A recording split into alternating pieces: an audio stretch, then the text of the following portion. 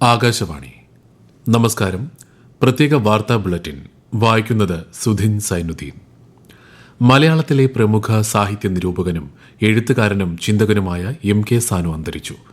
ആരോഗ്യ പ്രശ്നങ്ങളെ തുടർന്ന് എറണാകുളത്തെ സ്വകാര്യ ആശുപത്രിയിൽ ചികിത്സയിലിരിക്കവെയാണ് അന്ത്യം. 98 വയസ്സായിരുന്നു. സംസ്കാരം നാളെ വൈകുന്നേരം രവിപുരം പൊതുശ്മശാനത്തിൽ നടക്കും. 1987 എറണാകുളം മണ്ഡലത്തിൽ നിന്നും MK സാനു നിയമസഭയിലെത്തി. കേരള സാഹിത്യ അക്കാദമി പുരസ്കാരങ്ങൾ, എഴുത്തച്ഛൻ പുരസ്കാരം തുടങ്ങി നിരവധി അംഗീകാരങ്ങൾ ലഭിച്ചിട്ടുണ്ട്. MK സാനുവിന്റെ നിര്യാണത്തിൽ മുഖ്യമന്ത്രി പിണറായി വിജയൻ, പ്രതിപക്ഷ നേതാവ് VD സതീശൻ, BJP സംസ്ഥാന അധ്യക്ഷൻ രാജീവ് ചന്ദ്രശേഖർ തുടങ്ങിയവർ അനുശോചിച്ചു. മഹാത്മാഗാന്ധി ദേശീയ ഗ്രാമീണ തൊഴിലുറപ്പ് പദ്ധതി പ്രകാരം സോഷ്യൽ ഓഡിറ്റ് സൊസൈറ്റിയുടെ അധികാരങ്ങൾ പരിശോധിക്കുന്നതിന് കമ്മിറ്റി രൂപീകരിക്കാൻ സംസ്ഥാന സർക്കാരിന് കേരള ഹൈക്കോടതിയുടെ നിർദ്ദേശം. മഹാത്മാഗാന്ധി ദേശീയ ഗ്രാമീണ തൊഴിലുറപ്പ് പദ്ധതിയുടെ കേരള സ്റ്റേറ്റ് മിഷൻ മുൻ ഓംബുഡ്സ്മാൻ ജോർജ് പുലിക്കുത്തിയിൽ സമർപ്പിച്ച പൊതുതാൽപര്യ ഹർജിയിലാണ് ഉത്തരവ്. കേരള ഫിലിം പോളിസി കോൺക്ലേവിന് തിരുവനന്തപുരത്ത് തുടക്കമായി. മുഖ്യമന്ത്രി പിണറായി വിജയൻ കോൺക്ലേവ് ഉദ്ഘാടനം ചെയ്തു. സിനിമാ മേഖലയിൽ കൃത്യമായ ജോലി സമയം പാലിക്കുന്നില്ലെന്ന പരാതി ഉൾപ്പെടെയുള്ള വിഷയങ്ങൾ കോൺക്ലേവിന്റെ ആദ്യ ദിനം ചർച്ച ചെയ്തു. സംസ്ഥാനത്തെ ജനകീയ കുടുംബാരോഗ്യ കേന്ദ്രങ്ങളുടെ പ്രവർത്തനം മാതൃകാപരമാണെന്ന് ആരോഗ്യമന്ത്രി വീണ ജോർജ്. പന്തളം ബ്ലോക്ക് പഞ്ചായത്ത് വലന സാമൂഹിക ആരോഗ്യ കേന്ദ്രത്തിൽ നിർമ്മിച്ച വനിതാ ജിം ആൻഡ് ഫിറ്റ്നസ് സെന്ററിന്റെ ഉദ്ഘാടനം നിർവഹിക്കുകയായിരുന്നു മന്ത്രി. അന്തരിച്ച ചലച്ചിത്ര താരം കലാഭവൻ നവാസിന് വിട നൽകി സാംസ്കാരിക കേരളം. സിനിമ സാംസ്കാരിക മേഖലയിലെ നിരവധി പേർ അന്തിമോപചാരം അർപ്പിച്ചു. ഖബറടക്കം ആലുവ ടൗൺ ജുമാ മസ്ജിദിൽ നടന്നു. ഓണത്തിന് 2000 കർഷക ചന്തകൾ തുറക്കാൻ തീരുമാനിച്ചതായി കൃഷിമന്ത്രി P. പ്രസാദ്. 30% വരെ വില കുറച്ചാകും പൊതുജനങ്ങൾക്ക് ഓണത്തിന് പച്ചക്കറി നൽകുക.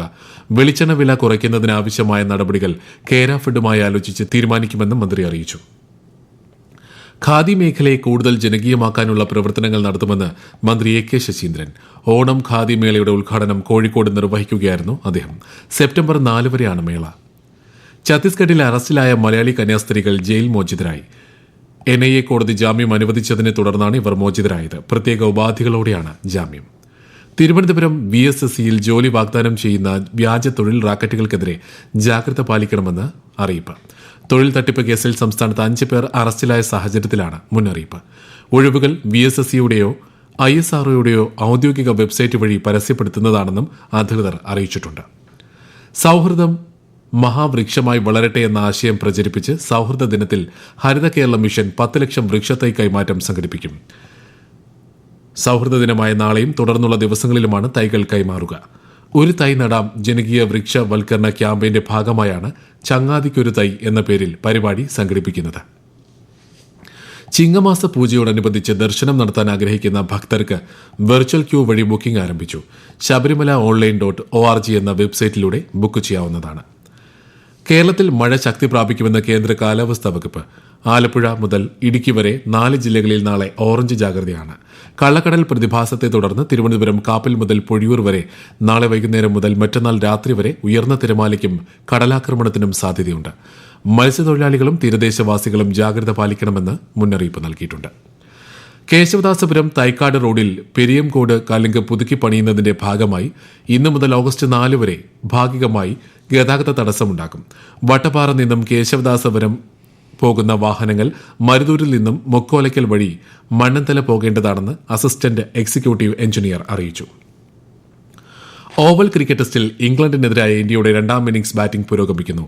2 വിക്കറ്റിന് 75 റൺസ് എന്ന നിലയിൽ 3ാം ദിനം ബാറ്റിംഗ് പുനരാരംഭിച്ച ഇന്ത്യ ഒടുവിൽ വിവരം ലഭിക്കുമ്പോൾ 6 വിക്കറ്റിന് 304 റൺസ് എന്ന നിലയിലാണ്. യശസ്വി ജയ്സ്വാൾ സെഞ്ചുറി നേടി. ബ്രസീലിൽ നടക്കുന്ന table tennis WTT star contender 2025 2 Indian doubles ടീമുകൾ ഫൈനലിലെത്തി. മിക്സഡ് ഡബിൾസിൽ മനുഷ് ഷായും ദിയ ചിറ്റാലയും, പുരുഷ ഡബിൾസിൽ മാനു തക്കറും മനുഷ് ഷായുമാണ് ഫൈനലിലെത്തിയത്.